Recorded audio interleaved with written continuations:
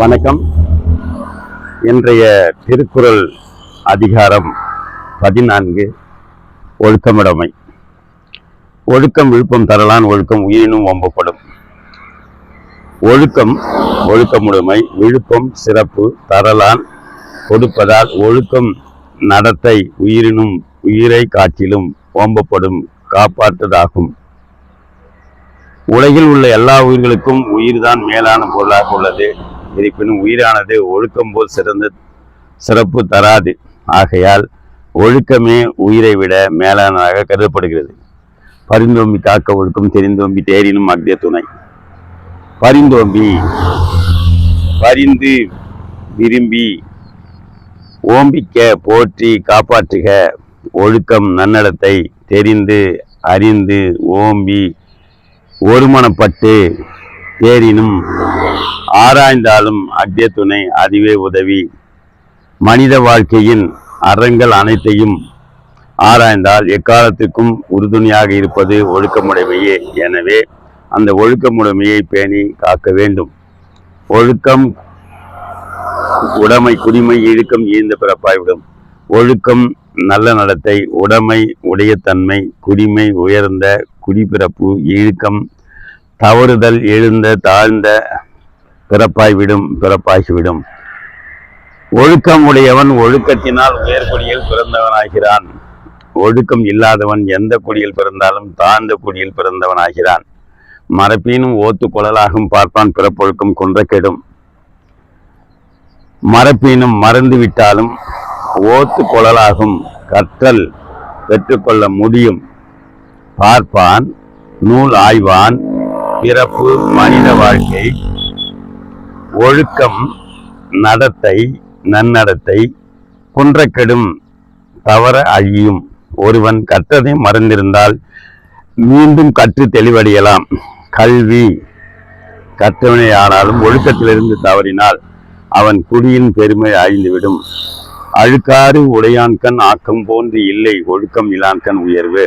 அழுக்காறு பொறாமை உடையான்கண் உடையவனிடத்தில் ஆக்கம் மேன்மேல் உயர்ந்தால் போன்று இல்லை, போல இல்லை. ஒழுக்கம் நடத்தை இலான்கண் இல்லாதவனிடத்தில் உயர்வு உயர்ச்சி.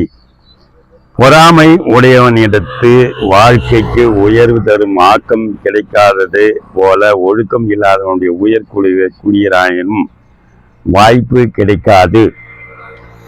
ஒழுக்கத்தின் ஒல்கார் உறவோர் ஈக்கத்தின் ஏதம் படுபாக்கறிந்து. ஒழுக்கத்தினின்றும் ஒல்கார் தளரார் உறவோர் திண்மையுடையவர், மன வலிமை உடையவர். ஒழுக்கத்தின் தவறுதலால் ஏதம் குற்றம் படுபாக்கு உண்டாதலை அறிந்து தெரிந்து உணர்ந்து மனவலிமை உடையவர்கள் ஒழுக்கத்தினை கடைபிடித்து வாழ்ந்து வருபவர். ஒழுக்கம் தவறினால் தனக்கு தன் குலத்திற்கும் இழிவு ஏற்படும் என்பதை அவர் நன்கு அறிவார். ஒழுக்கத்தின் ஏதுவர் மேன்மை, இழுக்கத்தின் ஏதுவர் ஏதா பழி. ஒழுக்கத்தினால் ஏதுவர் அடைவார் அவர். மேன்மை உயர்வு ஒழுக்கத்தின் தவறுதலால் எழுதும். இழுக்கத்தின் தவறுதலால் எழுதுவர் அடைவர். எய்தா அடைவதற்கு உரியதல்லாத பழி பழிக்கப்படும். ஒழுக்கத்தினை கடைபிடித்து வாழ்பவன் எல்லா சிறப்பினை அடைவர். ஒழுக்கத்திலிருந்து தவறியவர் ஒழுக்கம் தவறியவர் என்ற பழியை அடைவார். நன்றிக்கு வித்தாகும் நல்லொழுக்கம் தீயொழுக்கம் என்றும் இடுமை தரும். நன்றிக்கு வித்துக்கு நன்மைக்கு வித்து விதை ஆகும்.